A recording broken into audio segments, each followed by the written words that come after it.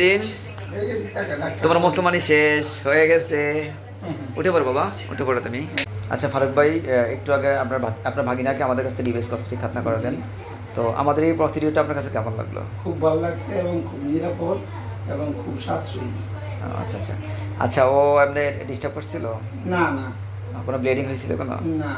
আচ্ছা, আপনি তো স্যাটিসফাইড? জি অবশ্যই। বাবা তুই ব্যথা পেয়েছিলা? ওকে বাবা, তোমাকে ধন্যবাদ।